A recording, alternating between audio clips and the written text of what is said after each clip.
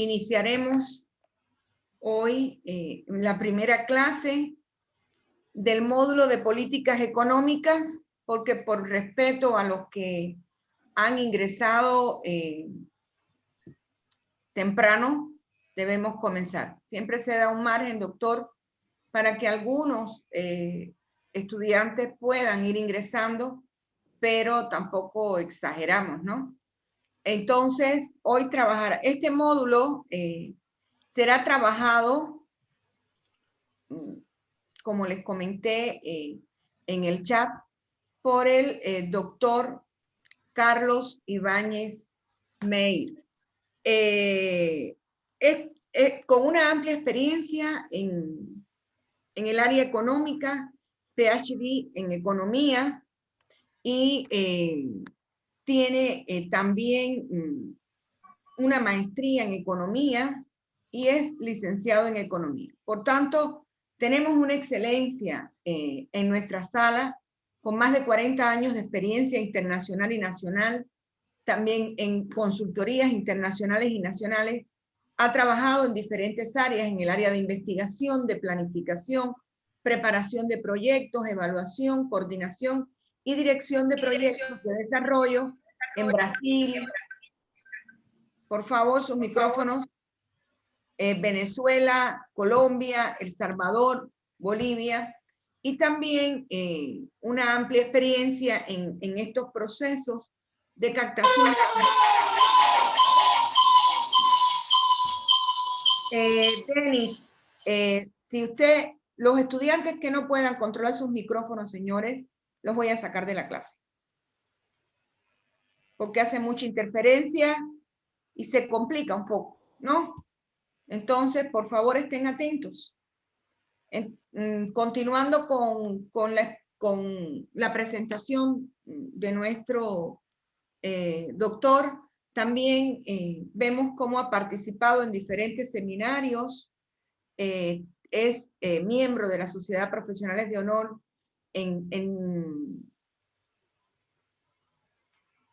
no encuentro. Tiene diferentes nombramientos especiales como coordinador por Bolivia en proyectos sobre gestión y control de calidad en Latinoamérica, presidente de la Fundación de Investigación de Productos Andinos, PROINPA, y no puedo seguir diciendo todo lo que está en su currículo porque realmente estaríamos hablando una media hora, además de varias publicaciones en el área económica. Entonces, doctor, muchas gracias, muchísimas gracias por aceptar la invitación a compartir con nosotros su experiencia y su sapiencia en el área económica y en el área específicamente de políticas económicas. Entonces, el escenario es solo suyo. Muchas gracias, doctora Odalis. Bueno, buenas noches a todos ustedes. Nuevamente, estoy encantado de conversar y, bueno, darles este curso. Les voy a rogar, sí, a todos, por favor, que prendan sus cámaras. Ana María, ahí veo varios que no están con sus cámaras. Todo el mundo que esté presente en este curso tiene que estar con su cámara abierta y su micrófono cerrado. Y cuando hagan preguntas, después de la exposición, pueden hacer preguntas a través, digamos, de los comentarios, la parte de comentarios, digamos, en Zoom. Entonces yo voy a saber el orden de las preguntas y ahí les voy a dar a cada uno de ustedes un tiempo para que hagan las preguntas ante todo el curso. Bueno, la doctora Odalicia hizo una referencia de mi persona. Quiero decirles a ustedes que gran parte de mi profesión, de los 40 años que tengo, la he pasado afuera. He sido miembro, digamos, o consultor con el Banco Interamericano de Desarrollo, con el Banco Mundial, con el CIMIT y otras organizaciones. He trabajado con USAID, en fin, tengo bastante experiencia en esa área. Mi deseo para todos ustedes es principalmente traspasarles ese conocimiento que tengo y que ustedes realmente comprendan, entiendan. Me importa más que ustedes entiendan y aprendan que la nota evidentemente va a ser un reflejo, ya vamos a hablar después de eso, de lo que ustedes han entendido, pero para mí lo primordial es que comprendan un tema que, no sé, por, a muchas veces por la forma de expresarse de tanto de los encargados de la política económica, de los técnicos y muchas veces hasta de los profesores, hacen de este tema un tema medio nebuloso, medio complejo, cuando no lo es. Y eso espero que ustedes lleguen a captar ahora que yo les voy a enseñar este curso. Para el desarrollo de este curso, les he presentado un resúmenes de una publicación última de lo mejor que hay en política económica, a mi juicio, en estos momentos, que ha sido hecho, digamos, hace muy pocos años por Agnès Benasek. Está el otro economista, Berot, Courier, y Pierre Jacquet y Jean Pisani-Ferry. Son todos, como ustedes ven, de origen francés, pero lo escriben y lo publica la Universidad de Oxford, en Inglaterra. Es muy interesante, está bastante al tiempo, o sea, digamos, toma casi todos los casos, menos este último que tenemos del COVID-19, que también lo vamos a conversar, pero está muy al tiempo de todo. Entonces yo creo que sí les va a servir. Este es un resumen de ese libro y tiene mucho también de otros conocimientos que yo los he adoptado y se los he puesto en ese documento. Ese documento es un documento de consulta, estudio para ustedes y tienen en realidad dos cosas para trabajar. La primera, mis presentación en PowerPoint, mis diapositivas, que eso es la guía del curso, y después tienen el documento que es el documento de consulta. Hay otros libros que también, otras cosas que les sugiero, pero vamos a hacerla de esta forma. Yo quiero enfocarme en una cosa de que ustedes absorban, o sea, me interesa más la calidad que la cantidad. Ok, estamos. Entonces, voy a comenzar por mi PowerPoint. No sé si ya estoy accediendo al PowerPoint. Está saliendo en estos momentos Osvaldo todos creo que están viendo a Osvaldo, pero no me están viendo a mí. No, puede compartir, doctor, que tiene habilitado para compartir. Ya estoy habilitado para compartir, ¿no? Sí. Me avisan, por favor, si están viendo mi PowerPoint. ¿Están viendo mi PowerPoint? No. Un ratito, por favor. No se ve. Ya, vamos a hacer para la parte de compartir. Un segundito.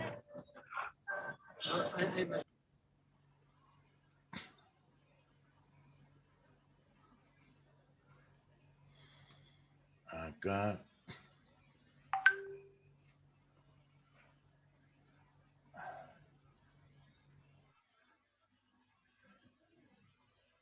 Qué raro, no tengo la parte de...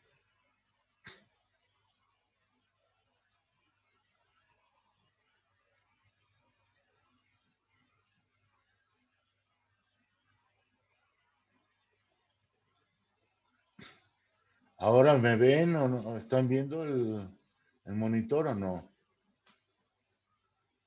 A ver. Chat, partir, stop, video, mute. No. No.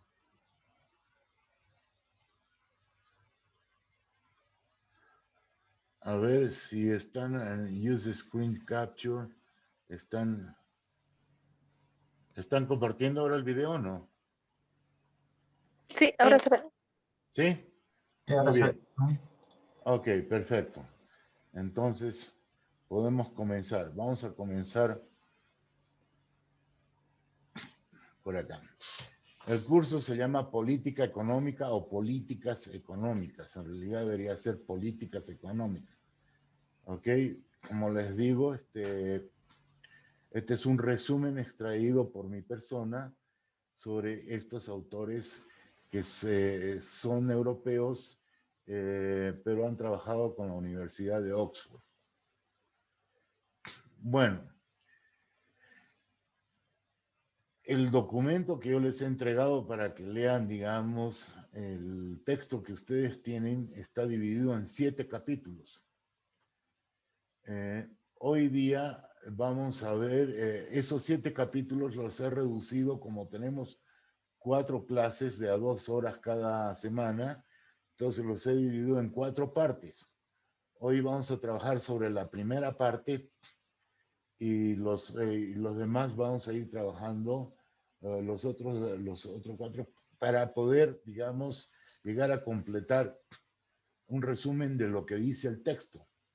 Entonces, este resumen a ustedes les va a servir nuevamente, les repito, a través, digamos, de el acceso que ustedes van a tener constantemente a mi presentación en PowerPoint, les va a servir a ustedes para ver eso y referirse a este libro. Pueden utilizar otros libros al gusto también de ustedes, ¿no? En cada PowerPoint yo les pongo acá, digamos, el contenido de lo que contiene este PowerPoint, este primer capítulo. En este caso vamos a hacer la introducción a qué es la política económica. Pero eso lo tienen ustedes perfectamente, lo mismo lo tienen en el texto que les estoy entregando. Entonces, hasta ahí estamos bien, ¿no es cierto? Bueno, vamos a ir con la primera parte. La política económica como parte de la política pública. La política pública y las políticas, la política y las políticas públicas son entidades diferentes, aunque se influyen de manera recíproca.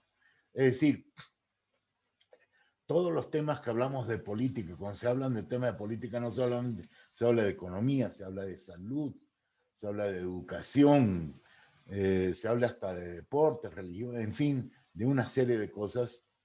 Esos son los temas, digamos, que interesan en la política.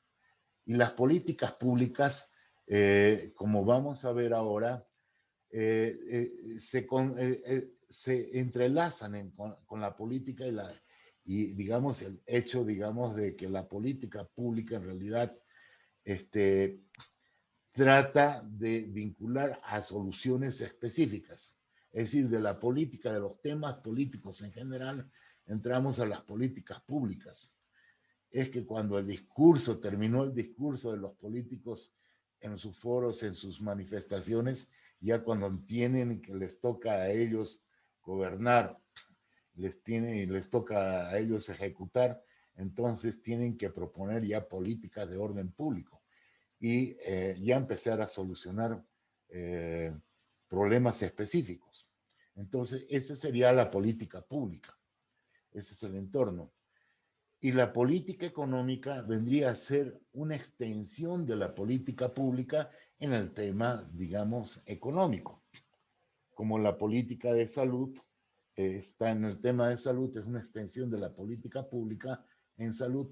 La política económica es una extensión de la política pública en el tema de economía.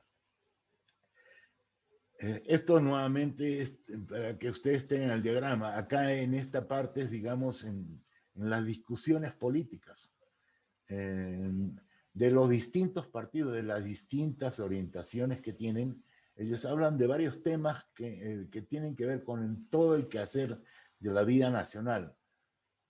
Y ahí es donde proponen una serie de propuestas. Muchas se cumplen, otras se quedan en promesas. Pero después, cuando les toca gobernar, es cuando tienen que actuar. Es acá donde ellos empiezan a ejercer y empiezan a proponer políticas públicas. los problemas, digamos, de tipo económico se proponen acá a nivel ejecutivo y tienen que ser aprobados por el nivel legislativo. Entonces, esa es la correlación, digamos, de la política económica, que es una extensión de la política pública, y la política pública como parte, ok, un entrelaz de lo que es la política en general. Entonces, quedamos en eso, ¿no es cierto? Vamos a ver los fines y medios de la política económica. Los objetivos de la política económica son numerosos y en ocasiones contradictorios. Por ejemplo, mejorar el nivel de vida de la población. A veces no es tan fácil como, o se contradice con lograr pleno empleo o manteniendo la estabilidad de los precios. Perdón, me están escuchando bien, ¿no? O manteniendo la estabilidad de los precios o alcanzando una distribución justa de ingresos o el alivio a la pobreza. Todos son difíciles de lograr al mismo tiempo porque algunos sí van de la mano y otros chocan, se contradicen. Entonces, eso es lo que hace la política económica un poco compleja.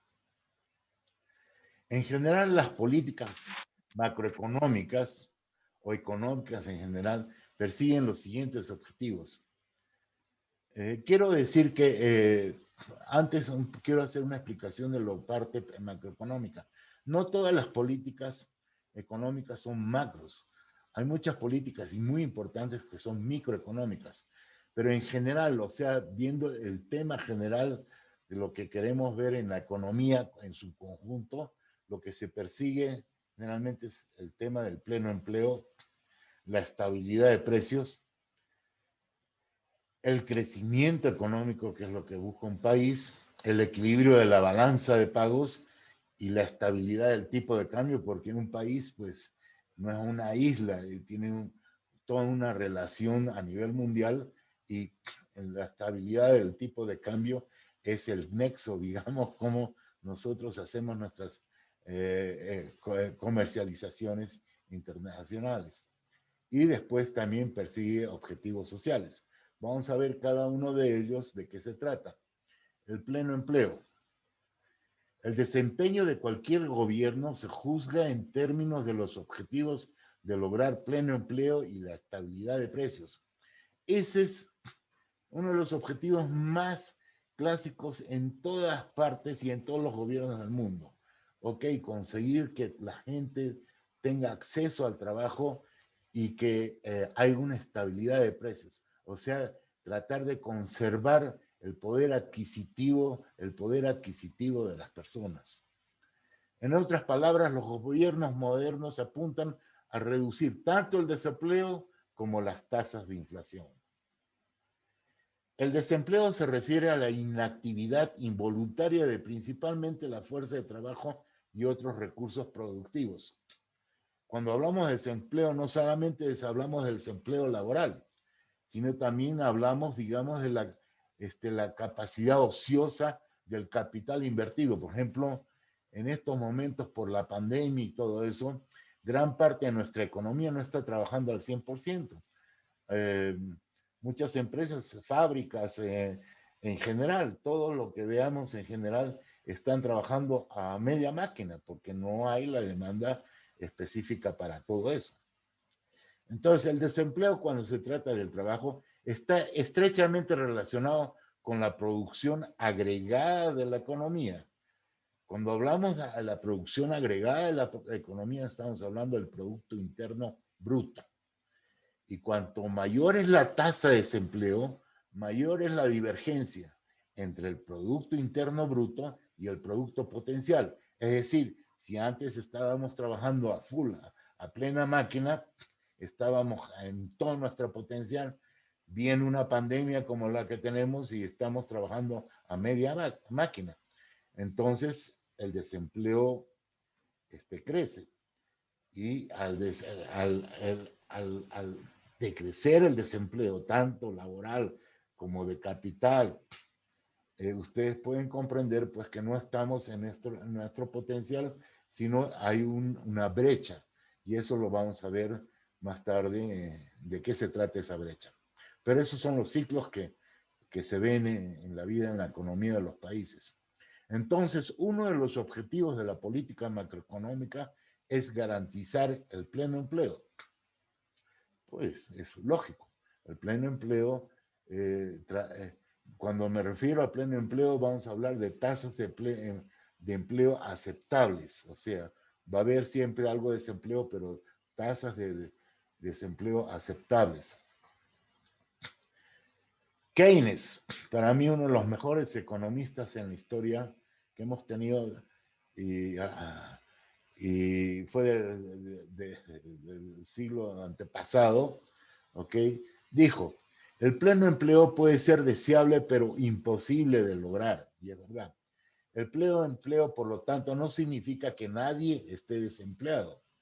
Incluso si un 4 o 5% de la población total sigue desempleada, se dice que el país está completamente empleado. Esto es lo que se llama la tasa de desempleo o la tasa de empleo natural. Y me comprenden, o sea, digamos, es imposible, ningún país tiene cero desempleo. Y en esa relación, en esos tiempos, vino y comprobó eso Phillips. Phillips sacó la famosa curva de Phillips, y constató en varios países, en Europa, en Estados Unidos, por ejemplo, constató que hay una relación inversa como esta, entre lo que vendría a ser el desempleo, unemployment en inglés, y lo que sería la inflación, o este es wage increase, quiere decir el salario, incrementos en el salario, en la parte del salario, empleo y salario, ¿no? Entonces, él encontró esta relación y es bastante interesante. Y de acuerdo a lo siguiente, ¿no? Perdón, alguien me está interrumpiendo. Está bien, ¿no? Está claro. Por ejemplo, algunos países quieren fijar, por ejemplo, digamos, una tasa de desempleo, digamos, entre el 3 y el 5%, entre el 2,5 y 5%, que es lo que persiguen muchos países. Entonces, eso significaría que estarían impuestos a aceptar, digamos, que en el caso de que sea 2,5%, digamos, de desempleo, que tendría que, para que tener esas tasas tan pequeñas, tendríamos que esperar una pequeña inflación, o sea, hay que incrementar en cierta forma los salarios de los trabajadores. Si quisiéramos tener cero desempleo, digamos, perdón, 5% de desempleo, ahí podríamos nosotros acercarnos prácticamente a ningún incremento en las tasas, digamos, de salario. O sea, podríamos conseguir, esto si nosotros mantenemos los salarios fijos, pero eso no es una realidad. Obviamente, con decrecimiento en los salarios, decrecimiento en la economía, puede ser a veces, hay circunstancias en que la tasa de desempleo va, ¿cómo se llama? Va a mejorar, ¿no es cierto? ¿Mm? Como dijo Keynes, por lo tanto, el objetivo de un alto nivel de desempleo no debería ser buscar un nivel de desempleo de cero, sino más bien un nivel por encima de cero, compatible con el pleno empleo, en el que la demanda de trabajo es igual a la oferta de trabajo.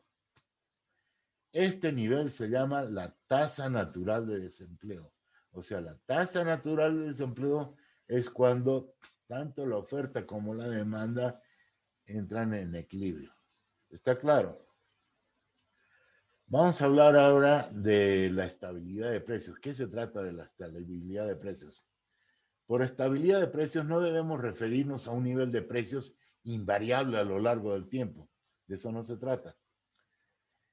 El aumento sostenido de nivel de precios, cuando ya tenemos problemas de sostenimiento, que cada rato están creciendo los precios y a veces piensen en Venezuela o en la Argentina, los precios se disparan y se disparan.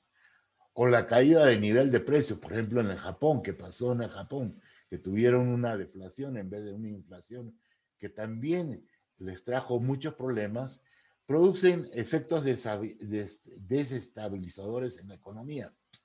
Cuando tenemos una inflación descontrolada, pues tenemos una desestabilización en la economía en lo que nos interesa, en el empleo, en el crecimiento, en todo lo que hemos dicho anteriormente.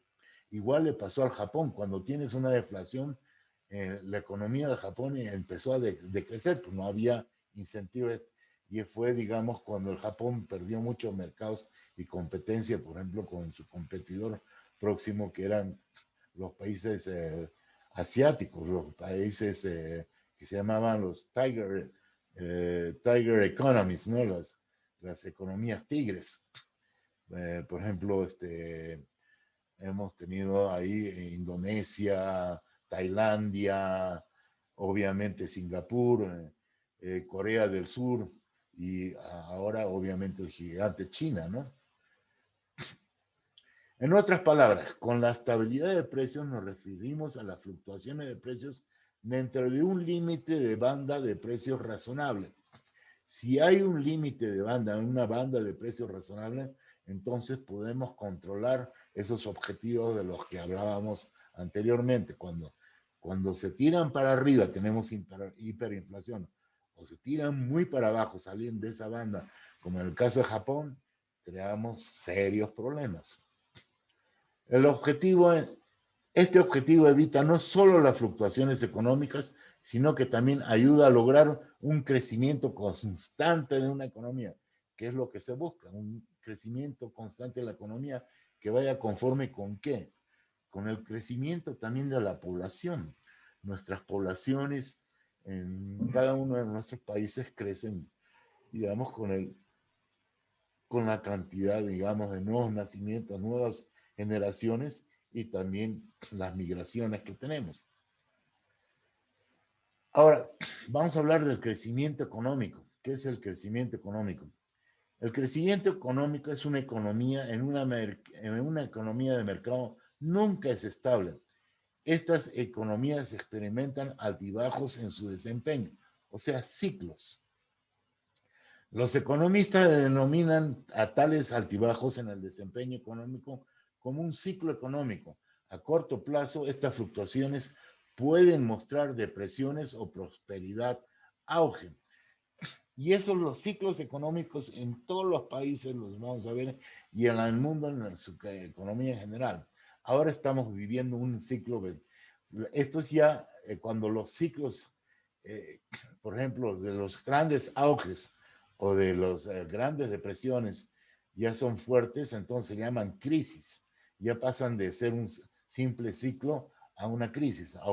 Hoy en día el mundo está viviendo una crisis que es igual o peor que la crisis que se vivió en el 2008, o peor incluso que la crisis, la gran crisis o la gran depresión que se sufrió en los años, en los 30, en 1920 o 30. Estamos hablando antes incluso de la Primera Guerra Mundial.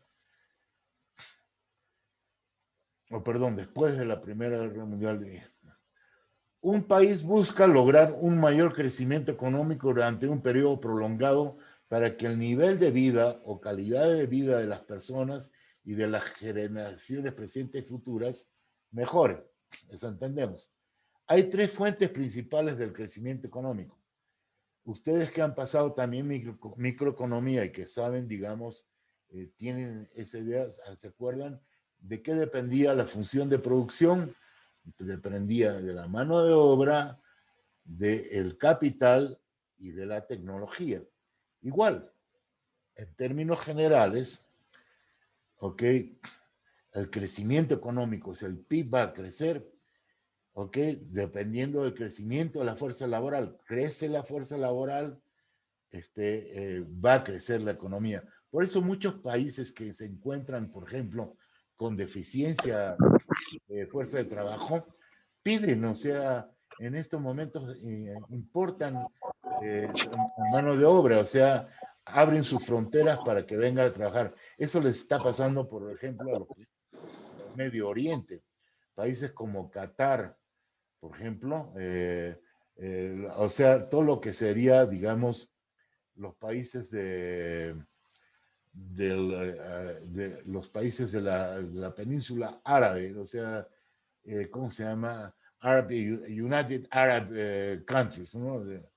Los países de la Unión Arábica, por ejemplo, donde está Qatar, Dubái, en fin, todos ellos, están importando cantidades, digamos, de gente que viene de partes de la India, del Asia, de todas partes, hasta de Bolivia.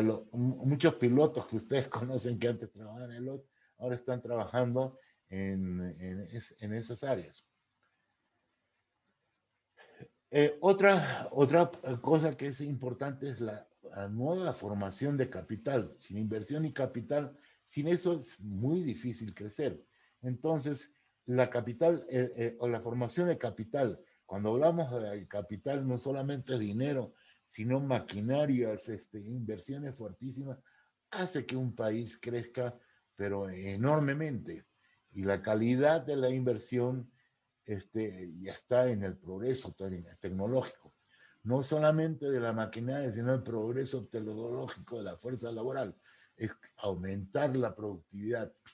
Estados Unidos, por ejemplo, en su nueva política, digamos, de migraciones, está pidiendo que, o sea, está limitando la entrada de mano de obra no calificada, pero te abre las puertas si tú tienes una profesión, si eres una persona en el área, por ejemplo, de medicina o en el área, digamos, de bioquímica o en el área, digamos, de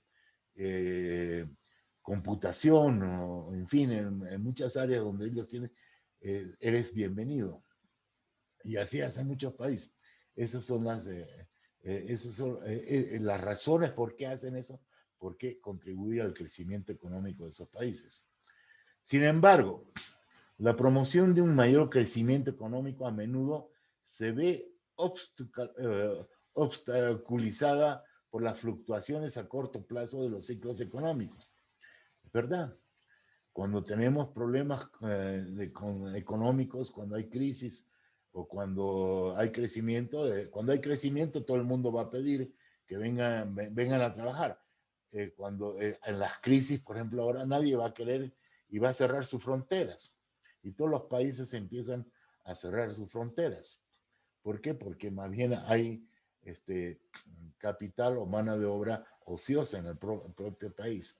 En otras palabras, se encuentra un conflicto entre los objetivos de crecimiento y la estabilidad económica en precios, los problemas de inflación o deflación, como les mencionaba anteriormente.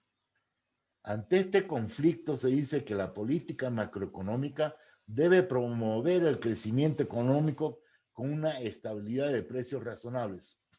Este podría ser el primer mandamiento, si quieren, de la política económica. No voy a hablar macroeconómica, sino económica en general. ¿Ok?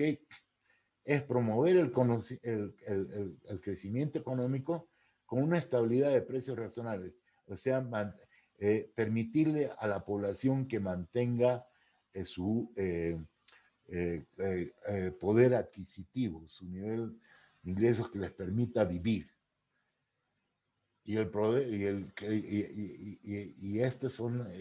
es el primer mandamiento, digamos, que buscan los economistas.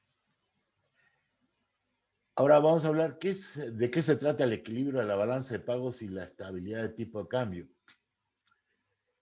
Si las exportaciones de un país exceden a las importaciones de un país, entonces vamos a hablar que un país experimenta un superávit en la balanza de pagos.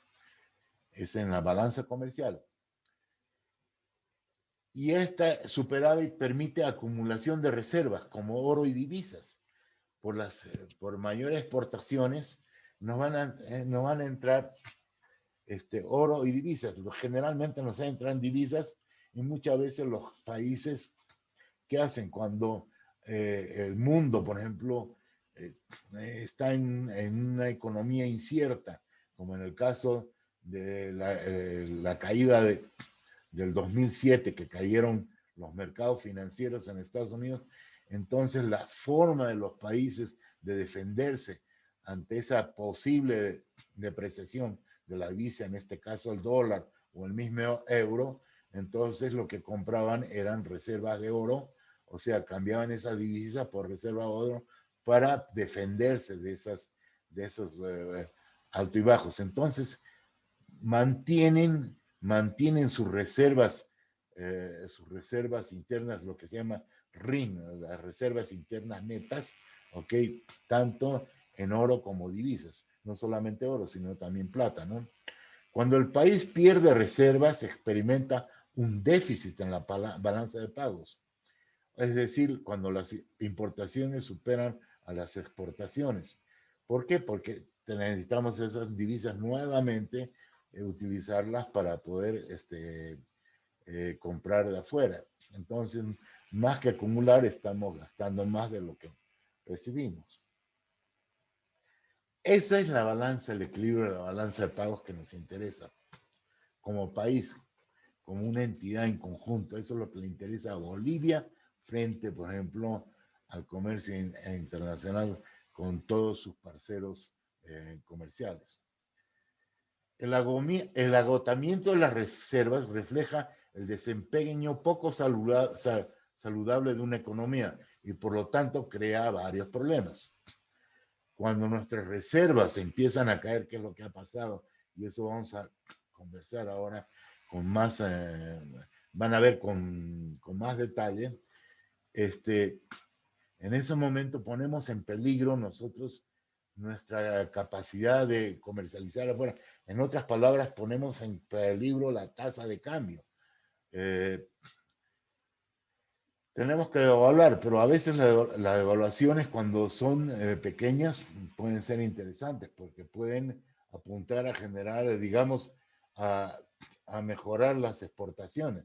Pero cuando son fuertes o cuando son, digamos, completamente desequilibradas, entonces sucede lo que ha sucedido con el Venezuela o la Argentina, o nos sucedió a nosotros en la época del UDP, que la economía se fue al diablo.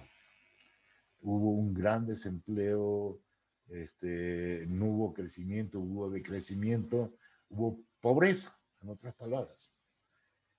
Y eso es lo que se tiene que tratar de evitar. La acumulación de reserva de divisas está condicionada en gran medida por el tipo de cambio que les conversaba anteriormente, al que se cambia una moneda por otra para realizar las transacciones internacionales. El tipo de cambio debería ser estable en la medida de lo posible. Esto es otro tema que vamos a tratar en este curso, que es muy interesante, y vamos a verlo con profundidad. Todo lo que les estoy ahora definiendo y les estoy entrando, vamos a entrar en gran profundidad. Esta es una introducción a lo que vamos a hablar en gran profundidad en los siguientes capítulos que continuemos. La inestabilidad externa de los precios obstaculiza el flujo fluido de bienes y servicios entre naciones. También erosiona la confianza en la moneda. Por ejemplo, si nuestra, o sea, las monedas en todo el mundo, hay un intercambio en ellas. Nosotros, por ejemplo, en las fronteras intercambiamos con todos los países. Con el real en el Brasil, con el peso argentino, con el peso chileno, con el sol peruano, en fin. Y en mercados importantes, esas divisas se cotizan, digamos, en la bolsa, en los mercados financieros importantísimos. Y entonces ahí es cuando uno empieza, bueno, tengo que ahorrar en dólares o ahorraré en euro. No, el euro se va a caer. O no, el oro, mejor ni el dólar ni el euro, tomaremos oro, porque se van a caer las dos monedas, vamos a perder. Eso le pasa a la... Entonces, cuando tenemos, digamos, esa inestabilidad, podemos sobrereaccionar nuestra... Y eso es lo que le puede pasar a nuestra moneda nacional. Pero otros países hasta manejan un poco su tasa de cambio, y es el caso de China. Sin embargo, el mantenimiento de la estabilidad externa ya no se considera un objetivo de la política macroeconómica ni un instrumento de política macroeconómica. Por ejemplo, el caso de China. China ha controlado su moneda no por mantener una estabilidad, digamos, entre los países en una estabilidad monetaria, sino por controlar sus exportaciones. Porque China se ha vuelto la fábrica del mundo. En China se fabrica todo lo que tú importas, muchas de las cosas que tú importas, por ejemplo, los celulares que ustedes tienen en sus manos, todos están hechos en China, aunque sean, digamos, celulares como el iPhone, digamos, ¿cómo se llama?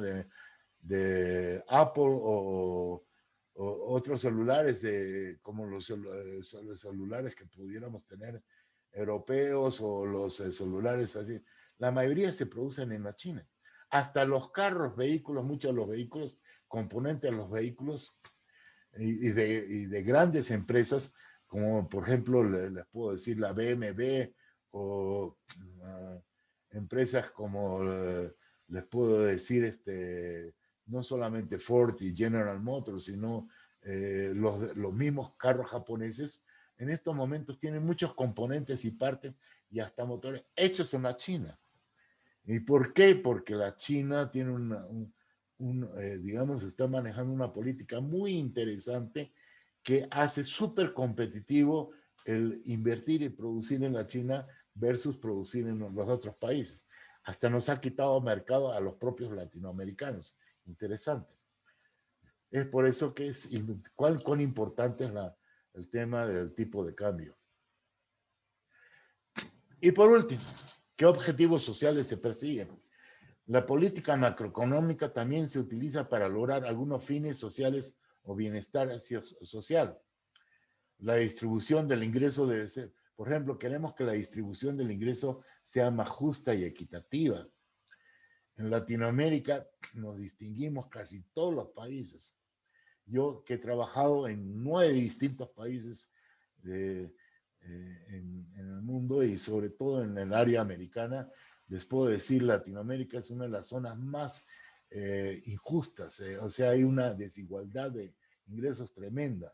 En el Brasil es impresionante, igual lo es en México, en los países más grandes. Y dependiendo del tamaño de los países es relativo. Acá en Bolivia la distribución, o sea, es también bastante desigual. Es decir, los salarios más grandes son miles de veces más altos que el salario básico. ¿Qué otra cosa se busca? Es buscar el equilibrio económico entre el bien individual y el bien común. Y este es un tema bien importante, muy importante. Hay países que por su misma población, ¿se acuerdan cuando hablábamos que la política económica es parte, digamos, del tema político en general? Estamos hablando del bienestar de la gente y todo eso. Y en estos momentos tiene que haber, digamos, un equilibrio en el que el bien común debe tener a veces más peso a mi forma de ver que el bien individual. Por ejemplo, el tema de salud ahorita. La salud es un problema también, no solamente lo que estamos viviendo que está afectando a nuestra salud, sino está también afectando a la economía en su conjunto. Y entonces, por ejemplo, el que diga uno, yo tengo el derecho de decidir si me vacuno o no me vacuno, o yo tengo el derecho de decidir versus el derecho de los demás, es cuando hay que poner los pesos a la balanza. Para mí, en esos momentos, debe superarse el bien común sobre el bien individual.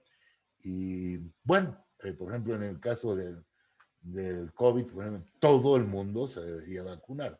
Ahí no hay tu tía de que yo me quiero vacunar o no me quiero vacunar. No, acá tenemos que buscar el bien común para todos. Otro punto que es importante, el manejo y la conservación de los recursos naturales.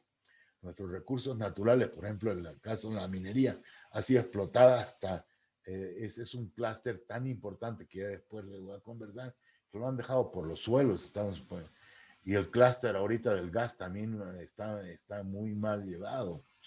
Y hay muchos, digamos, los recursos naturales es la base, digamos, en la que muchos de nuestros países, sobre todo los países como los nuestros, que vivimos en las materias primas, nos conviene mantenerlo y conservarlos de forma lógica, manejarlos de forma lógica. Como quienes, por ejemplo, los ejemplos que le voy a mostrar es como el ejemplo, por ejemplo, de los países nórdicos. Noruega es un caso. Noruega ha manejado su riqueza en hidrocarburos de tal forma que ahora una población de 5 millones de habitantes tiene estándares de vida los más altos del mundo. Después tenemos el tema de la conservación del medio ambiente. Todos vivimos ahora en ciudades, vivimos en realidades en las cuales tiene que haber un cambio.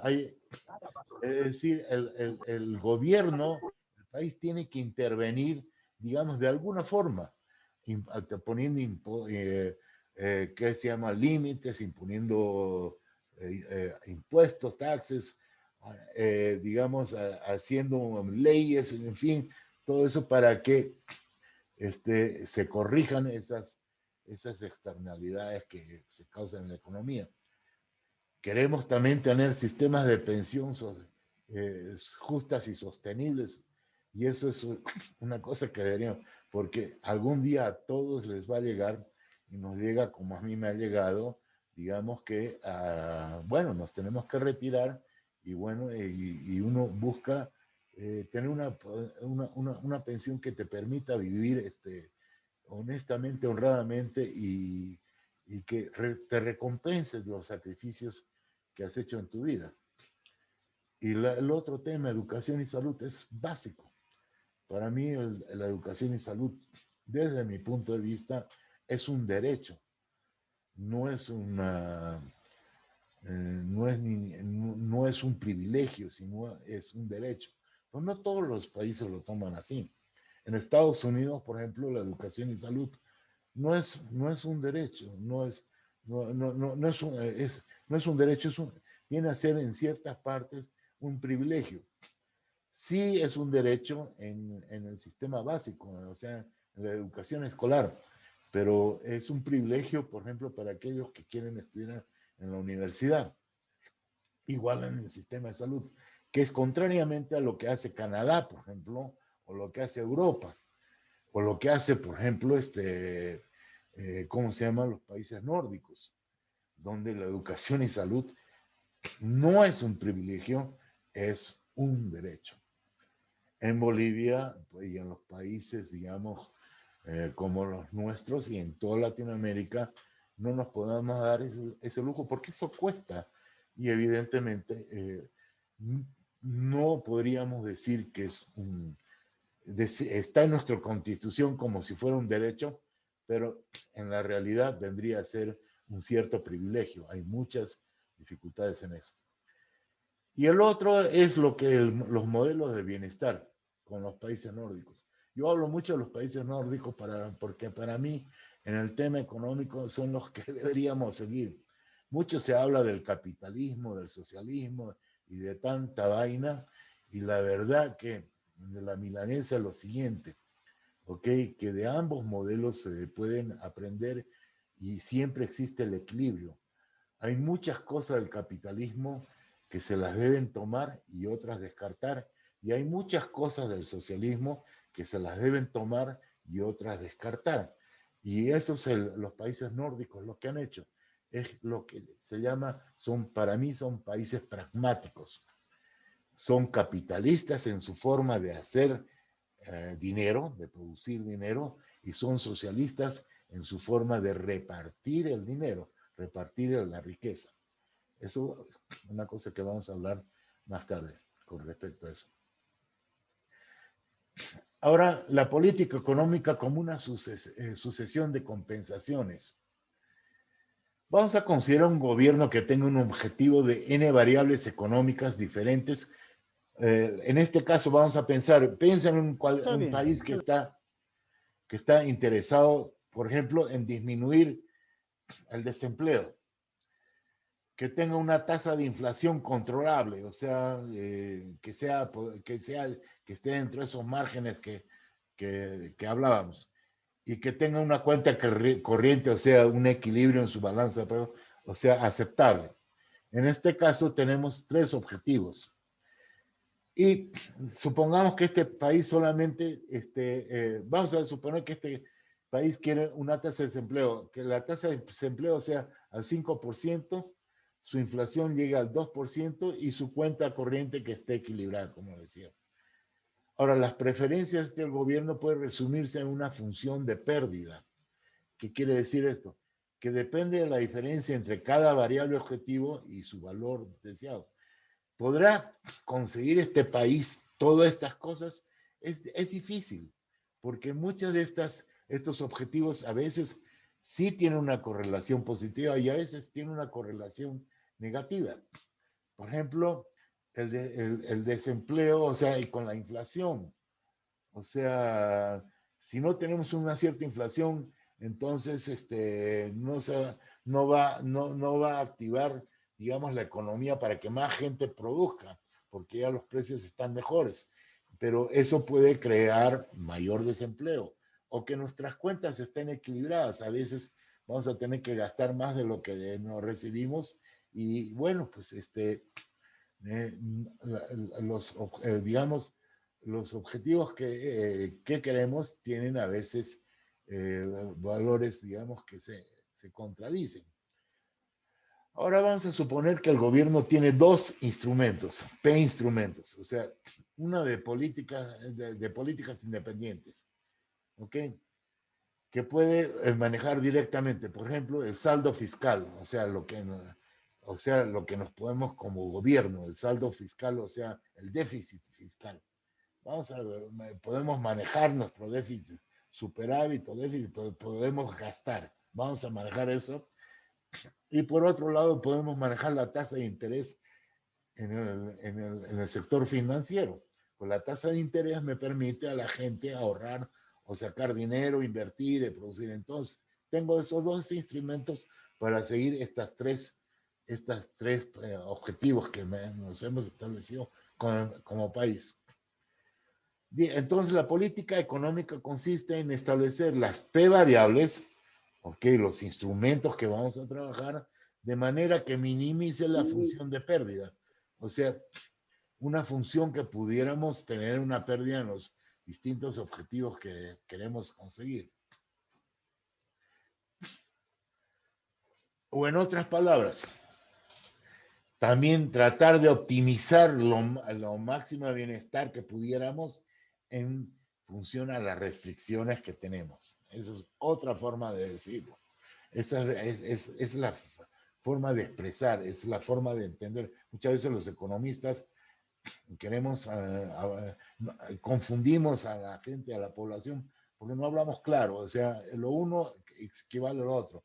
Oye, seamos menos pobres o seamos más ricos con las limitaciones que tengamos. Es lo mismo, ¿no es cierto? Ahora dice, si el número de instrumentos, o sea, que tenemos para trabajar, igual a los objetivos, entonces algunos economistas dicen que esta política se podría lograr todos los objetivos, porque hay un número igual de instrumentos que de objetivos. Pero sin embargo, cuando los instrumentos son menos y los objetivos son más, que es el caso general de todos los países, los objetivos no se pueden lograr simultáneamente, lo que implica intercambiar un objetivo con otro. Es decir, primero trataremos de crecer, que crezca la economía y después nos recuperaremos de que crezca el empleo. O sea, porque al crecer la economía vamos a lograr que crezca el empleo. ¿Me entiende? Entonces, hay que intercambiar. Y estas compensaciones son la parte de la vida diaria de los gobiernos. Estos son los dilemas que se les presentan a los que toman las medidas políticas diariamente, tienen que compensar entre lo uno y lo otro. Y a esto le llama la regla de Tinbergen. Las elecciones, donde las elecciones están condicionadas a sus preferencias. Por ejemplo, cuánta más desigualdad salarial están dispuestos a aceptar para reducir la tasa de desempleo en un punto porcentual o el crecimiento, lo que les decía, digamos, distintas, eh, que les, es decir, no podemos hacer todo de una sola vez, tenemos que ver de cómo hacerlo y la mejor forma de hacerlo e ir compensando. Entonces, eso es lo que sucede en la vida real. Ahora vamos a hablar, cuando hablamos de macroeconomía, macroeconomía, tenemos que hablar de la oferta y la demanda agregada, que es distinta a la oferta y la demanda en microeconomía, que se trata de una empresa a precios relativos. A ver, vamos a ver un poquito acá. La oferta agregada es la cantidad total de bienes y servicios producidos y vendidos por todos los agentes de la economía del país. ¿Quién quiere decir? El gobierno cuando produce, por ejemplo, el gobierno si es dueño de yacimientos, produce también bienes y servicios. Los privados, las empresas privadas, las personas, no siempre empresas, las personas que trabajan, el señor que está produciendo, los profesionales que están, los dentistas, los médicos, el obrero que está trabajando, todos ellos, la sociedad en su conjunto, producen bienes y servicios y eso se cuenta en el PIB real, lo que se puede en un momento registrar.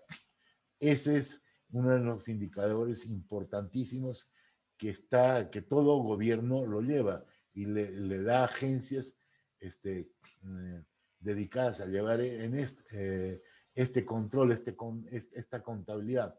Y para eso está el Instituto Nacional de Estadística, por ejemplo, acá en Bolivia, el INE. ¿Y qué es la demanda agregada? La demanda agregada es el monto, el gasto total, o sea, lo que demanda toda la economía en bienes y servicios producidos. Y se expresa de esta forma. La demanda agregada es igual al consumo privado, a lo que consumimos todo el sector privado, tanto personas como empresas, a las inversiones netas, no solamente las inversiones, cuando hablamos de inversiones netas, son las inversiones que se hacen en Bolivia, menos las que se sacan afuera de Bolivia, porque también hay capital, digamos, boliviano o que sale desde Bolivia hacia, hacia otros países, otras regiones. Entonces, estamos hablando nosotros de la inversión neta, lo que queda prácticamente acá en el país. G del gasto del gobierno. El gobierno también consume. El gobierno consume para hacer un montón de cosas, por ejemplo, para construir caminos, sistemas de riego, colegios, en fin, hospitales, el gasto del gobierno. Y X vendría a ser el nivel de exportaciones y M el nivel de importaciones. Entonces estamos hablando de las exportaciones netas, lo que nos queda de restar las exportaciones menos las importaciones. Y esto es lo que hablamos de la balanza, ¿no? Lo que tratamos que sea es que tratar es que siempre que sea positivo, pero en la realidad es, para países pequeños como los nuestros, muchas veces esto es negativo. Entonces, esta es la demanda agregada. El modelo de la oferta y demanda agregada es un modelo que muestra lo que determina la oferta y la demanda total en una economía y de qué manera interactúan a un nivel macroeconómico. Vamos a ver cómo es el modelo de la demanda y la oferta agregada.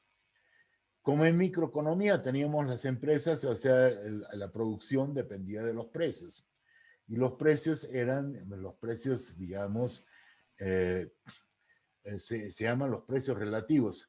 El precio de un producto relativo a los precios de otros productos. ¿Me entienden? Relativo por ejemplo, el precio de ir al cine relativo al precio, digamos, de consumir o de comprar comida. Son precios relativos. y la producción estábamos por la producción de las empresas, estamos hablando, por ejemplo, en el caso, por ejemplo, por decirte nuevamente, como el ejemplo esto de la comida o del cine, entonces esto dependía, digamos, de los precios. A mayor precio, querrás producir más y a menor precio tratarás de producir menos. Al revés, para la parte consumo, a mayor precio tratarás de consumir menos y a mayor precio o a menor precio tratarás de consumir más. Bueno, eso es en microeconomía. En macroeconomía o en la economía en general, en conjunto, no hablamos de los precios relativos, sino hablamos del nivel de precios en general. Y es lo que nosotros le llamamos el índice de precios al consumidor. Es la canasta familiar, es el índice. La inflación la medimos por el índice de precios al consumidor. ¿Ok? Y el producto en macroeconomía estamos hablando del PIB. ¿Ok? Del Producto Interno Bruto. Entonces, se da equilibrio en la economía cuando la demanda y la oferta agregada se intersectan. En este caso, por ejemplo, es en el punto E. ¿Y la comparamos con qué? Con el PIB potencial, la economía potencial del país en su conjunto. Cuando está trabajando a plena máquina, estamos en el PIB potencial, pero cuando el país está trabajando a media máquina, estamos teniendo un déficit, una brecha en la producción, y esto es lo que demuestra. Entonces, si este equilibrio se produce, digamos, a la izquierda del PIB potencial, o sea, a este lado, y en la parte, digamos, plana, si quieren, de la curva, de menor pendiente, entonces decimos que la economía experimenta desempleo. Evidentemente, estamos trabajando a media máquina, quiere decir que el desempleo ha aumentado, pero va a tener un nivel de precios estables, bastante estable. Evidentemente, si hay menos empleo, la gente va a tener menos dinero para gastar, por lo tanto los precios van a mantenerse, por lo menos van a mantenerse. Pero si estamos en esta parte de acá, digamos, de la oferta agregada, que es la dependiente, de mayor pendiente, o sea, en este lado y cerca, digamos, del PIB potencial, vamos a ver que la economía experimenta una mayor presión inflacionaria. ¿Por qué? Porque estamos ya llegando al límite en lo que la capacidad, lo que estamos ahorita, tenemos, que podemos producir, el empleo está grande, y entonces la gente va a presionar por comprar más. Y obviamente va a haber una presión inflacionaria, pero vamos a tener un desempleo bajo. Y esto es bien importante, esta brecha, en dónde se produce, si cerca de acá o más lejos de acá. Ahorita, por ejemplo, por la situación en la que estamos en Bolivia, estamos bien lejitos acá del potencial. Debemos estar por acá nosotros. Los desplazamientos de la demanda agregada y la oferta agregada. La demanda agregada se desplaza por choques positivos o negativos de la política económica. Por ejemplo, ¿qué era la demanda agregada? Acuérdense, el consumo privado, el gasto del gobierno, las inversiones y las exportaciones netas.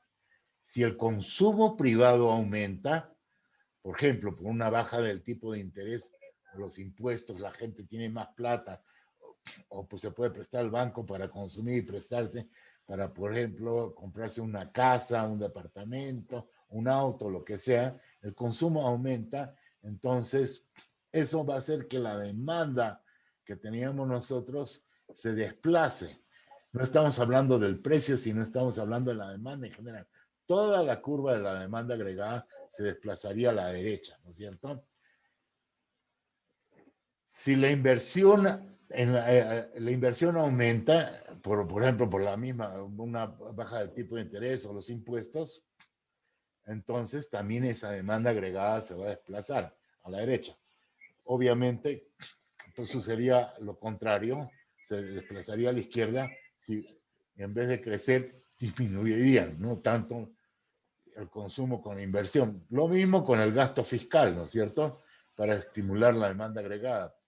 Y esto es importante, en momentos en cuando el sector privado, por ejemplo, es incapaz de actuar, de manejar, digamos, de reaccionar sobre toda la demanda agregada, el gobierno puede influir en que aumente la demanda agregada, aumentando su gasto fiscal, haciendo mayores inversiones. Eso es lo que está pasando y es lo que quiere hacer en estos momentos el gobierno para salirnos del gran hueco que estamos, ¿no? Lo mismo pasa con las exportaciones, ¿no? Netas. Que puede ser debido, por ejemplo, a una devaluación de la moneda que hace más competitivos los productos nacionales, y por varias cosas. Los desplazos en la oferta agregada, eso hemos hablado de la demanda agregada. Ahora vamos a ver por qué se desplaza la oferta agregada. Y lo hemos dicho, por el aumento de la población que conlleva un aumento en la oferta de mano de obra, por el avance tecnológico que aumenta la productividad, por el aumento de la producción de bienes y servicios, por los nuevos descubrimientos y expansión de la explotación de los recursos naturales, que es lo que estamos nosotros deseando y cruzando los dedos que nos sirva, que nos pase con el gas, por ejemplo, que tengamos nuevos pozos, que se descubran nuevas fuentes y lo del litio, por ejemplo, que desplacen nuestra oferta agregada por las mejores e incrementos en el comercio internacional, es decir, por eso que tengamos acuerdos internacionales que nos permitan exportar más, por eso es tanto interés del país de entrar a acuerdos como los que nos ofrece el Mercosur, por ejemplo, y la oferta, y estos son los motivos por los que se puede desplazar la oferta agregada, pero lo que es importante es que la oferta agregada no responde a los cambios en el nivel de precio a largo plazo. En el corto plazo sí hemos visto, pero en el largo plazo la curva de la oferta agregada es vertical. ¿Y por qué es vertical? Por la rigidez del mercado. Tenemos una rigidez del mercado a corto plazo. Por ejemplo, a corto plazo, muchas de las empresas firman un contrato con sus empleados. Hay contratos laborales. Y la otra también la competitividad mismo en el mercado. Las empresas, por ejemplo, prefieren mantener sus precios porque si suben sus precios, por decirles, sus competidores pues les pueden sacar ventaja. Entonces hay cierta rigidez en el mercado a corto plazo, pero en el largo plazo la economía, los precios se empiezan a nivelar, ¿ok? Los precios se empiezan a nivelar, o sea, empiezan a subirse, se empiezan a acomodar y el efecto sobre la oferta agregada va a ser nulo. Por lo tanto, ya esa oferta agregada a largo plazo ya no va a tener esa pendiente, sino va a ser completamente vertical. Vamos a ver cuáles son los instrumentos de la política económica entonces para poder utilizar esto.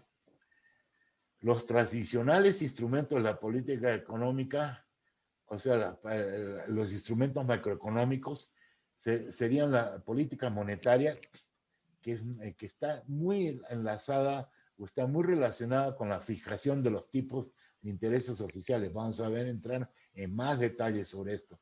Y la política fiscal, que es una elección de los niveles del gasto público e impuestos, muy relacionada con lo que gasta el gobierno, ¿ok? Y con lo que cobra en impuestos. Estas dos políticas se emplean para modificar la demanda agregada. Lo que quieren los gobiernos es modificar la demanda agregada. Acuérdense que la demanda agregada depende del sector privado como también público, ¿no es cierto? Además de las inversiones y las exportaciones netas. Entonces, este cambio en la demanda agregada puede a su vez producir y es lo que se quiere, un cambio en la producción agregada, en la oferta agregada. Cuando la demanda agregada crece, todo está mejor, todo eso, entonces la gente está, la economía en general se mueve, está con gasolina, está con los motores calientes y entonces también crece. Y el nivel de precios, salarios y tasa de interés que está involucrado en todo esto, ¿no? Para eso se toman estas políticas económicas de aspecto macroeconómico. Pero la política económica no solamente se refiere a instrumentos macroeconómicos, sino a microeconómicos. Hasta a veces para mí son más importantes que los macroeconómicos, a veces. ¿Ok? Para, no solamente, ahora van a ver con lo siguiente, vamos a entrar más a detalle sobre esto, pero tiene que ver mucho con ¿cómo se llama? Se le llama los tejidos productivos y en inglés se llaman clusters. Por ejemplo, la minería, el tema de la minería es microeconómico, no es macro, ¿cierto? El tema del gas es un tema microeconómico, no es macro, ¿ok? El tema, digamos, ¿qué les puedo decir? De la agricultura, de los sectores productivos, el tema, digamos, lo que hace todo el sector, digamos, terciario que tenemos en Bolivia, el informal que hace, digamos, los zapateros, los carpinteros, todos ellos, son temas de carácter microeconómico y tienen una relación, un impacto importantísimo en la economía. Y eso es lo que muchas veces los que están manejando la política económica solamente hablan de aspectos macroeconómicos y se olvidaron de los aspectos microeconómicos. Y eso es un enorme y tremendo error. Entran en regulaciones, pueden tomar políticas de impuestos directos e indirectos, pueden hacer subsidios, pueden hacer transferencias. O sea, ahorita, por ejemplo, se están haciendo transferencias, digamos, que se transfiere un capital del Estado a una empresa para rescatarla. Por ejemplo, en este caso, lo que ha pasado con las empresas aéreas, por ejemplo, BOA, si no hacía transferencia estaba listo. Igual ha sucedido con las empresas de electricidad. Ya vamos a ver de esos temas. El control sobre la libre competencia y monopolios. Entonces, cuando hablamos de política económica, no estamos hablando solamente de macroeconomía, no solamente estamos hablando de política fiscal y monetaria, sino estamos hablando también de microeconomía. Por favor, eso ténganlo bien claro porque hay una confusión en todos cuando me hablan de... No, es que ese es tema micro, no, es más bien, es un tema de combinación de acciones en ambos lados, en el área macroeconómica y en el área microeconómica. Y que lo tengan bien claro, y es muy importante. Dado que existen conflictos entre los diferentes objetivos macroeconómicos, se presenta un dilema en el sentido de que ninguna de las políticas puede lograr todos los objetivos deseados. Ya lo hemos hablado y lo hemos dicho y lo hemos conversado. De ahí la necesidad de medidas de políticas adicionales como la política de ingresos, que también vamos a tomar en este curso, el control de precios, la fijación de cuotas de importación, exportación, etc. Todos estos temas que hemos hablado los vamos a hablar ahora ¿cómo se llama? En más detalle en el transcurso de este curso. Los temas económicos y políticos tienen una dinámica que con frecuencia se alteran por otras variables que cambian el sentido, la interpretación o los resultados esperados. Es verdad, el gobierno se propone algo, la política se propone y la cosa cambia totalmente que se da la vuelta a la tortilla. Y entonces, una buena política pública corresponde a aquellas acciones y flujos de información relacionadas con un objetivo político definido en forma democrática. Cuando las cosas no se anuncian, no se conversan con los sectores implicados, no se habla con la comunidad, no se los participa, a veces te sale el tiro por la culata. Lo que se desarrolla por el sector público y frecuentemente con la participación de la comunidad y el sector privado es lo que se desearía. A veces no se lo hace. Las políticas económicas como tal deberían entonces incluir el aspecto político como su origen, objetivo, justificación o explicación pública. Si las políticas públicas no son enmarcadas en un amplio proceso de participación, ello puede sesgar contrariamente a la opinión de los diferentes sectores de la sociedad. En Bolivia estamos cargados de eso. Por eso hay tantos paros, huelgas, bloqueos, en fin, por la falta, digamos, de participación de la comunidad y para la falta de comunicación. Cuando las cosas se hacen mal, pues te sale el tiro por la culata. Y, por ejemplo, en la crisis económica causada por el COVID-19, ciertamente debido a la actual crisis por el coronavirus, el gobierno boliviano y todos los gobiernos se ven obligados a darle prioridad a los objetivos de corto plazo. En estos momentos, lo más importante es preservar la salud y el empleo, porque sin salud y sin empleo, sin salud nos morimos todos, se muere toda la población. Y sin empleo no hay cómo comer. Pero también no se deben descuidar los objetivos de mediano y largo plazo que tienen más que ver con el desafío de desarrollar el bienestar social y crecimiento económico. Eso es lo que queremos para el día de mañana. Tenemos que cuidar, también ver eso, pero en estos momentos tenemos que preocuparnos de lo primero, la salud y el empleo. En consecuencia, es necesaria una estrategia coordinada e integral para atender las necesidades de emergencia sanitaria y apoyar la actividad económica, preparar el terreno futuro para la recuperación económica. Esta estrategia debe coordinar iniciativas a corto, mediano y largo plazo. Los gobiernos pueden tomar medidas de corto y mediano plazo, pero pueden tomar algunas medidas que pueden quedar para el largo plazo para que la continúen los siguientes gobiernos. Eso se llama ya medidas de política de Estado, ya no de gobierno. Teniendo en cuenta los efectos indirectos y las interrelaciones del comercio mundial, eso es muy importante porque todos vivimos del comercio mundial, ¿ok? Y la necesidad de preservar la confianza y la estabilidad. Si queremos nosotros que se invierta en este país, que tengan confianza, que nos presten dinero y todo eso, tenemos que hacer todas esas medidas. Y después, en este contexto que yo les estoy dando, lo que pasa en la política, hay que ver lo que son los grupos de presión y su influencia en el diseño de la política. Los grupos de presión son un vínculo vital entre el gobierno y los gobernados. Mantiene a los gobiernos más receptivos a los deseos de la comunidad. Cuando los países están sometidos, bueno, ahí vienen los...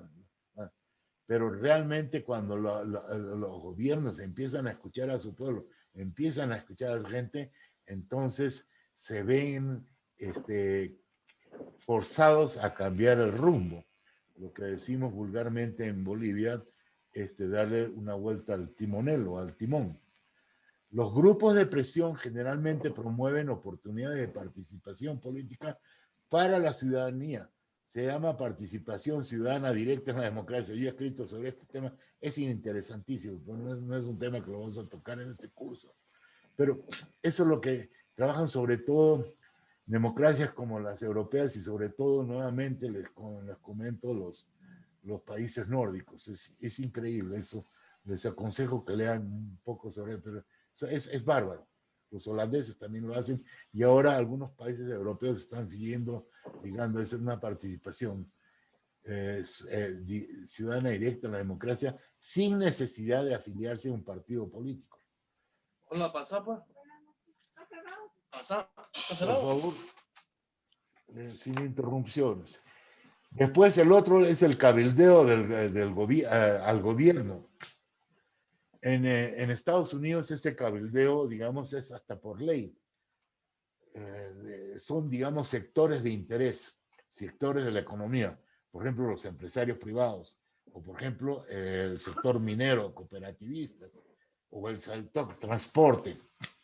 Entonces, ellos generalmente tratan de influir con los responsables políticos desde adentro, trabajando junto con ellos en la propia redacción de leyes y decretos. Muchos de las leyes y decretos, no solamente en Bolivia, sino afuera también, son hechos por estos mismos sectores, los interesados.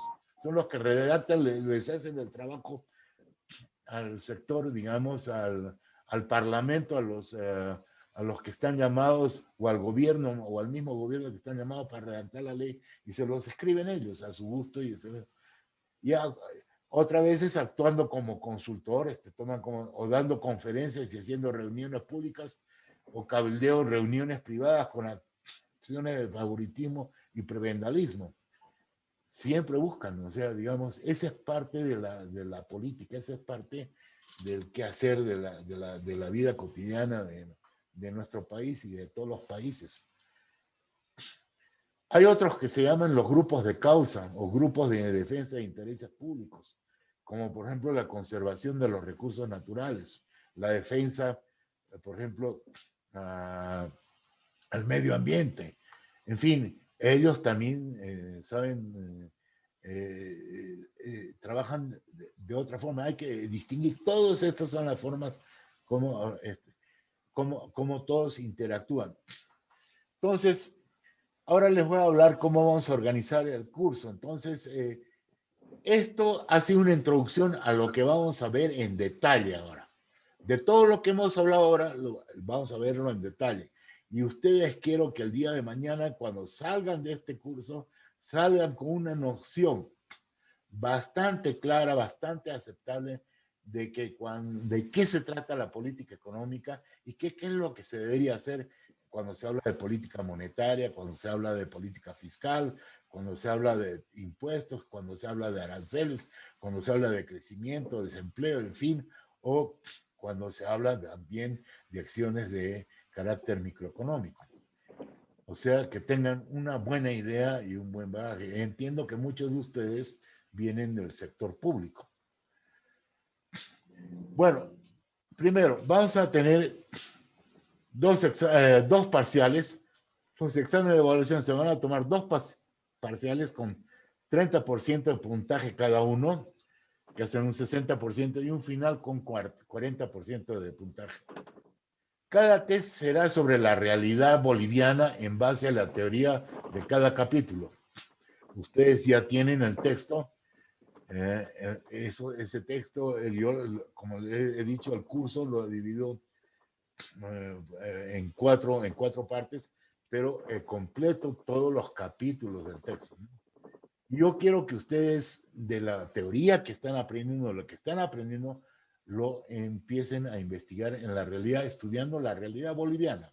No que hagan la realidad boliviana, sino que vean qué está haciendo, se ha hecho en este gobierno y los gobiernos pasados, y hagan su interpretación. Eso es bien importante para mí, porque esto les va a permitir a ustedes una cosa que se dice en inglés, learning by doing, aprendiendo haciendo. O sea, examinando qué es lo que se está haciendo en base a lo que ustedes han estudiado. Entonces, eso para mí les va a dar una idea clara de qué se trata la política económica. Por ello, es mandatorio que todos lean el capítulo 7 del texto. Este capítulo 7 del texto se trata sobre lo que yo he escrito, sobre cuál debería ser la política económica de Bolivia en tiempos del COVID-19, para superar el COVID-19.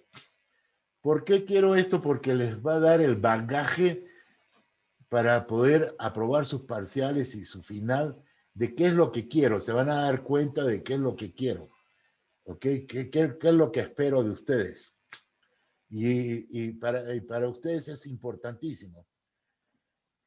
Vamos a ver si se pueden ver ahora el video. No sé cómo estamos de tiempo porque se demoraron un poco, pero hay un video que hablo sobre este capítulo y el video es importantísimo. Hay dos videos. Este es la propuesta económica que yo he hecho y hay otro video en el que participamos 4 economistas de muy grande prestigio de la Sociedad de Doctores en Economía de Bolivia, en donde también interviene la doctora Odalis, en la cual se presentan cosas bien interesantes e importantes que les puede dar un panorama de lo que, un panorama de lo que se trata en realidad la política. Entonces, eso quiero que hagan. Vamos a formar grupos de trabajo para análisis y discusión y presentación de cada examen. Como son una cantidad bastante apreciable ¿cómo se llama?, de inscritos, entonces yo prefiero que ustedes trabajen en grupo. Si les voy a pedir que vean la realidad boliviana, me gustaría que ustedes aprendan a trabajar en grupo. Vamos a conformar más o menos unos 5 grupos de aproximadamente 10 alumnos cada grupo, en la cual entre ustedes discutan, primero analicen, primero estudien, analicen, discutan y después presenten el tema en cada examen. O sea, estos 5 grupos de trabajo de 10 alumnos cada uno más o menos. Ahora, cada grupo debe organizarse su propio criterio. Yo no les voy a decir cómo ustedes se van a organizar, quién va a hacer qué. Obviamente, como los temas de cada capítulo son amplios, entonces entre ustedes se dividirán el trabajo y las responsabilidades del tema a presentar en su test escrito. Cada grupo debe registrar el nombre de cada participante de ese grupo y su autocalificación del 1 al 10 sobre su participación en el grupo de trabajo. Yo no pretendo que todos sean iguales intelectualmente o en conocimientos. Lo que sí pretendo es que todos trabajen de la misma forma, dando lo máximo de lo que pueden. Lo que no quiero es que unos trabajen y los otros se dediquen a dormir o a hacer otra cosa. ¿Me entienden? Entonces, para mí es importante que todos den de sí lo máximo que puedan. Y esta calificación servirá de base para la ponderación de la nota obtenida por el grupo. Por ejemplo, si el grupo saca el 80% y hubo un alumno que entre ustedes, saben, un compañero que entre ustedes saben que no participó o participó muy poco, pues a ese compañero le tocará una proporción de su participación en la calificación que obtiene el grupo como tal, entero. O sea que si todos participan, todos van a obtener la calificación obtenida por el mismo grupo. Eso les queda claro, ¿no? Van a tener solo una semana para presentar cada reporte o test. O sea, a partir, digamos, del el miércoles siguiente, ya vamos a empezar con la política, por ejemplo, fiscal. Les voy a dar todo lo que y ahí les voy a decir, bueno, señores, conforme a lo que han aprendido ustedes, revisen la política fiscal en Bolivia, ¿ok? El transcurso, lo que actual, lo que ha pasado hace un tiempo atrás, ustedes verán cuánto tiempo atrás, como ustedes vean, ¿ok? Y la analicen, y la critiquen, y digan qué es bueno, qué es malo, y qué es lo que ustedes propondrían. Y eso es el trabajo que tienen que hacer en conjunto, en grupo, y me tienen que presentar en un trabajo de no más de 10 páginas, porque tampoco no tengo tiempo para ver todo, pero 10 páginas que pueden ser escritas en el estilo Calibrí, en tamaño 12 puntos. Me lo van a escribir, por favor, en Word. No me lo van a mandar, no me lo van a mandar como PDF, me lo van a mandar en Word, porque ahí yo puedo poner comentarios y puedo trabajar sobre cada uno de lo que están haciendo ustedes. Y por último, se van a utilizar el criterio de calificación por campana. Yo quiero motivar la competencia entre los grupos. Es decir, la calificación que obtengan va a depender, digamos, del grupo que más ha trabajado. Y es justo. Y quiero que compitan, o sea, quiero que se esfuercen. No, miren, nuevamente les repito, no me interesa a ustedes la nota. No soy de esos profesores que generalmente hemos visto en Bolivia y en toda Latinoamérica, que dicen el 100 para Dios, el 90 para el profesor y el 80 para los alumnos. Esa mentalidad obtusa y tonta. Por mí, que ustedes, todos ustedes saquen 100. Magnífico. Lo que a mí me interesa es que estudien, se esfuercen y den lo máximo, lo más de ustedes. Y acuérdense, en economía no es una ciencia absoluta, no es una ciencia exacta, no es como la física, la química, la matemática. Es una ciencia social. Y como ciencia social, no hay una sola respuesta. Pueden haber algunas otras respuestas, pero con un buen sentido, un criterio. Entonces, lo que a mí me interesa es captar el criterio. Me interesa saber si ustedes aprendieron lo que yo les he enseñado, si tomaron el esfuerzo y si lo hicieron bien. Si han hecho esas tres cosas, aprendieron lo más que pudieron, hicieron el esfuerzo que ustedes tenían que hacerlo y presentaron algo aceptable, pues tendrán su 100. Y si no, tendrán la nota que se merecen. ¿Ok? Está claro. Doctora Odalis, no sé cómo estoy de tiempo. Doctor, creo que lo mejor sería, porque ya faltan solo 22 minutos y sabemos Ya. que el video tiene más tiempo, Sí. que yo les comparto en el grupo el link del video, ellos lo pueden ver a su paso. Y Ya. como ya están conformados los grupos en plataforma, pueden intercambiar, crear su grupo de WhatsApp más pequeño para que realicen la actividad. No sería factible para nada que veamos el video, lo dejemos a media y no lo concluyamos. En la próxima clase puede iniciar haciendo un pequeño debate sobre el video. No, eso va a aparecer, digamos, en los tests de ustedes. Ustedes vean, yo les aconsejo, cada uno de ustedes vea el video individualmente, véalo. Ahí se va a dar cuenta qué es lo que yo espero en los tests. Se van a dar cuenta de dónde saco las fuentes de información. Se van a dar cuenta de lo que estoy hablando en general y les va a servir mucho a ustedes para los exámenes que les voy a tomar.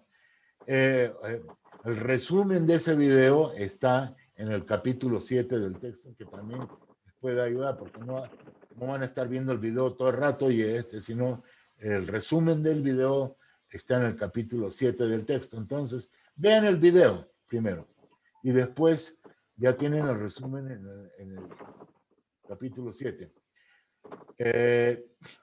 Este primer curso que les he dado a ustedes es un pantallazo general de lo que vamos a ver en más profundidad, con mayor caracteres para que ustedes entiendan sobre este tema tan interesante. No es difícil, no se lo tiene por qué hacerlo complejo, se lo puede hacer muy didáctico, lo podemos entender y el día de mañana espero que a ustedes les quede esto y aquellos que estén en esta actividad en la cual van a estar en el servicio público tomando decisiones de carácter económico, pues les viene de maravilla. Y para los otros que no están exactamente en esto, por lo menos les va a quedar para poder entender qué es lo que propone el país y los distintos gobernantes, las discusiones que hacen los distintos expertos en el área. Otra cosa que quiero decirles, muchachos, es que 2 horas hablando así a veces es muy pesado. Lo voy a hacer siempre, vamos a tratar de en algún momento alguien de ustedes me pide, vamos a hacer un pequeño break para que al fin y al cabo tomen un poco de respiración, porque uno pierde la atención cuando se pone pesado. El tema es muy interesante, es lindo, pero a veces puede ponerse pesado. Yo por eso paro y sigo un poquito con ustedes. Ya se nos viene lo fuerte. Y en algunas materias, algunos temas que son relativamente fáciles de comprender, iré más rápido y en otros temas donde exija mayor comprensión, exija, digamos, más de mi tiempo, le voy a dar, y ustedes van a poder completar, digamos, el entendimiento de todo eso, leyendo tanto el PowerPoint que va a estar a su alcance como el texto que les he entregado. Ok, ha sido para mí un placer de estar con todos ustedes. Tengan claro que mi objetivo es que ustedes realmente aprendan. Ana María, nuevamente, por favor, la próxima arreglar tu video, pero quiero verte presente, pero no me gusta que pongan el nombre nada más, y no sé si está atendiendo a Ana María o están ahí. Me gusta a todos verlos, conocerlos. Son tantos y los voy a ir aprendiendo, pero veo que muchos han estado con su... Y eso no me indica nada si están presentes o no.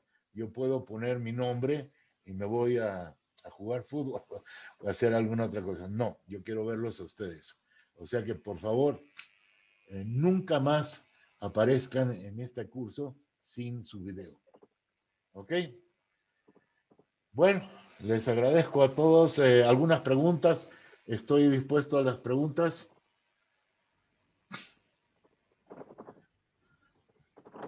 Por favor, hagan sus preguntas pueden enviar mensajes o Buenas noches, Bueno, buenas noches. doctor. Habla Jessica Balboa. Una consultita. Sí, Acerca de los grupos, me imagino que ya lo dividieron, ¿no? Para que nos podamos reorganizar. Esa es mi consulta.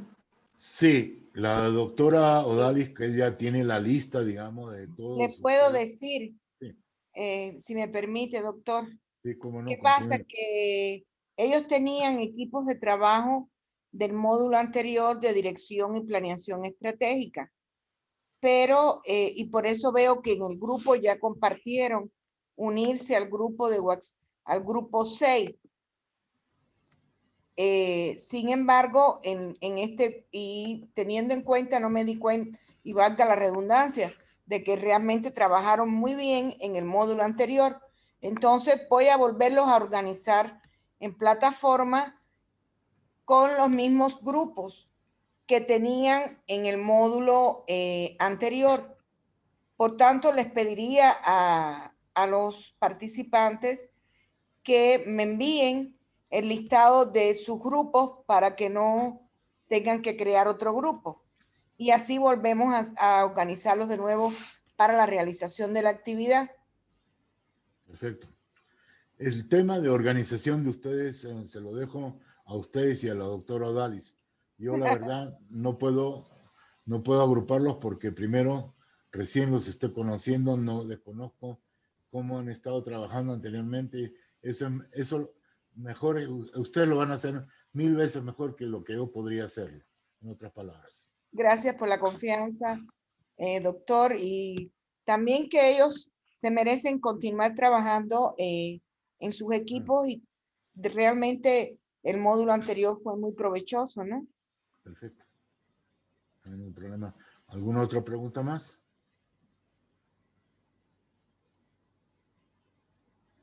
¿Están claros todos cómo vamos a trabajar entonces? Sí, doctor.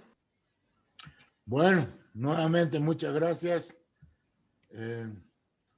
Felicidades a ustedes, que espero que tengan éxito, que saquen mucho provecho de este curso y que el día de mañana pues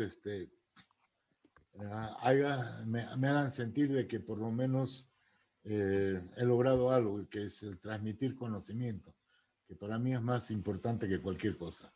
Les agradezco a ustedes infinitamente por su atención y nos vemos hasta el próximo miércoles, así lo entiendo.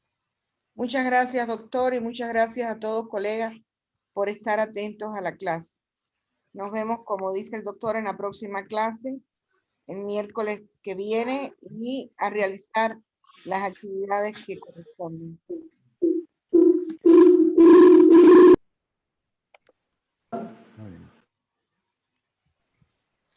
Gracias, Jessica Balboa.